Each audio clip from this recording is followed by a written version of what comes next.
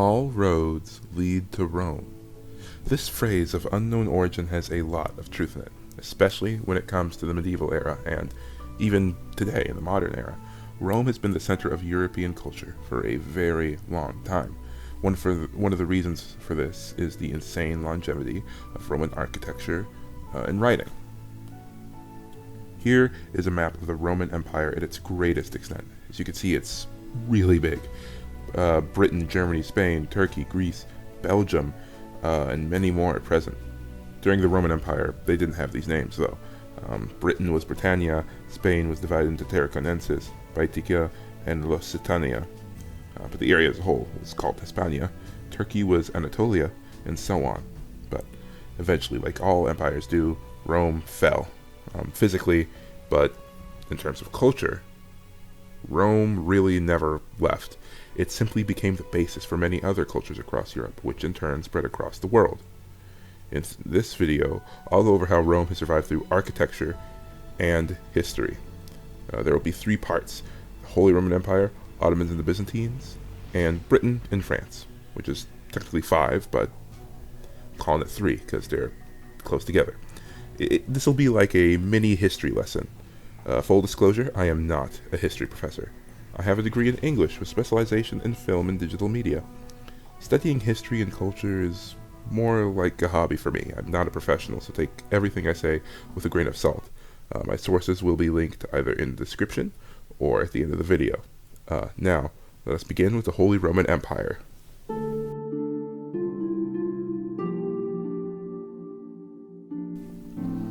The Holy Roman Empire is kind of funny in my opinion. Despite the name, it wasn't Roman at all, quite the opposite in fact. The Holy Roman Empire was founded by Charlemagne I, king of the Franks.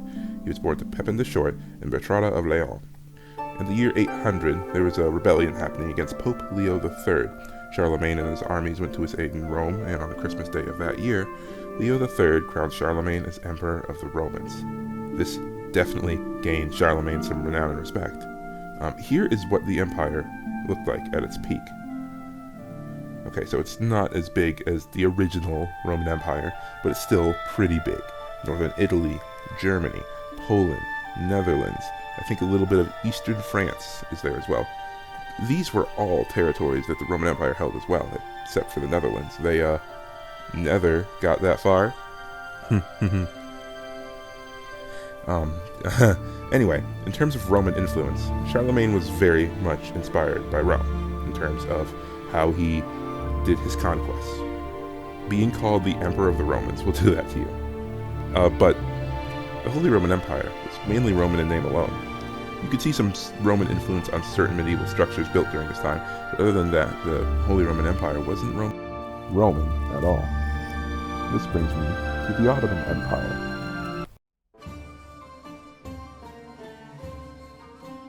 The Ottoman Empire was founded by Osman I at the end of the 13th century. Various tribes in Anatolia were fighting against the Byzantines from the west and the Mongols to the northeast. After the Mongols defeated the Seljuks, which is a video in itself, Osman then ruled somewhere near the eastern border of the Byzantine Empire, forming the Ottoman Empire. Almost a century later, Mehmed II was born. After the capture of Constantinople, Mehmed II gave himself a very unique title, Kaiser i Rum, which means Caesar of the Romans, or Roman Caesar. Future sultans of the Ottoman Empire would inherit this title, but they would not use it as much. Why would Mehmed II use this title? Why did he come up with it? What was the significance of it? Why am I asking you all these questions? Well, in order to figure that out, we'll have to take a look at the Byzantine Empire.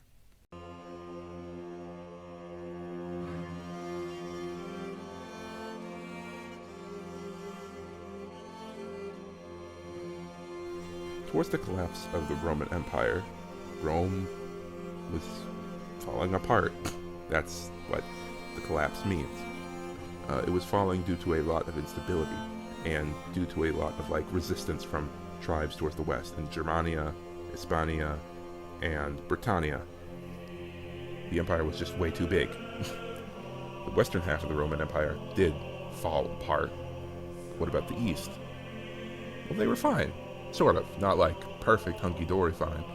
but they were solid. In the year 330, Constantinople was recognized to be the real Roman Empire by the emperor at the time, Justinian I, and the rest of the Middle East and other parts of the Mediterranean.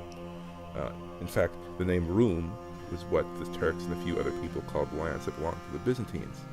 In terms of name and in architecture, Eastern Romans were very similar to the Western Romans.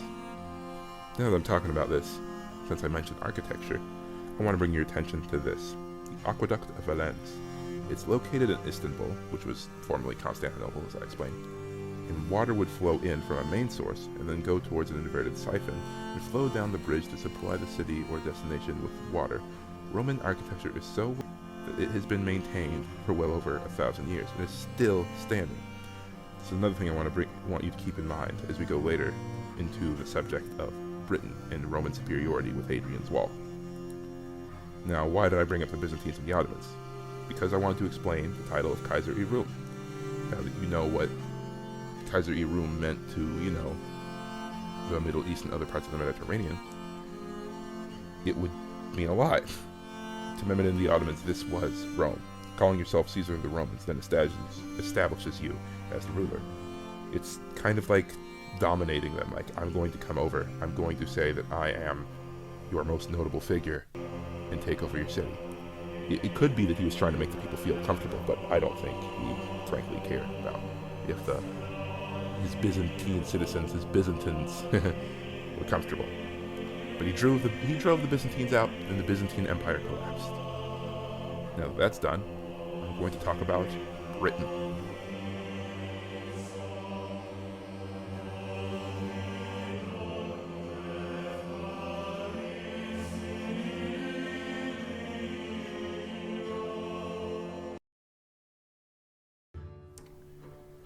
In my opinion, England took what the Romans had already given them in terms of, their influence, architecture,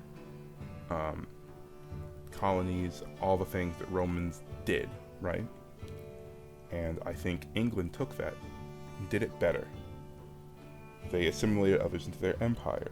They built colonies, and the things that they built in these colonies were also very Roman-inspired. But I'm not here to talk about 1700s England and how they, colonized and such. I'm here to talk about this, Hadrian's Wall.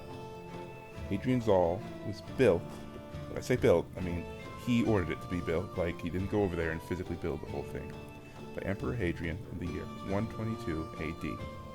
He built this wall to keep the northern Celtic peoples away from southern Roman settlements, as the Celtics didn't really want Roman occupation.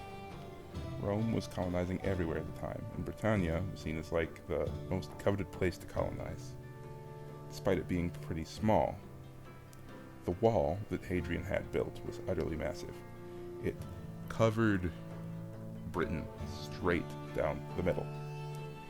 That was 80 miles long. That's 80 miles long to build. While the Romans did want the barbarians out, the wall was also built to instill a sense of Roman superiority to the Celts. I mean, imagine this. If a strange empire came to your land speaking a language you don't know and built a massive wall that went across your entire known world, you wouldn't mess with them, would you? Keep this in mind as I move on to medieval walls. Let's do a side-by-side comparison between a turret on Hadrian's Wall and a turret from Dover Castle. And just so you know, Dover Castle was built in 1100 AD, but was further expanded upon by King Henry II around 1180 AD. Alright, War. The turrets on Dover Castle look like taller, decorated versions of the one on Hadrian's Wall. This is what I meant by Roman superiority. The Romans proved that their way of doing things was the best. In fact, there's even more pieces of Roman architecture all across Europe and Britain. This brings me to our final subject, the Maison Carrée in France.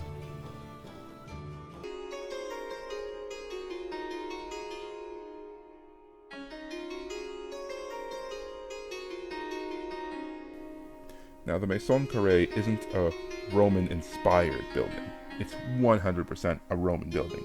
It was built and dedicated to the grandsons of Julius Caesar, Gaius Caesar, and Lucius Caesar.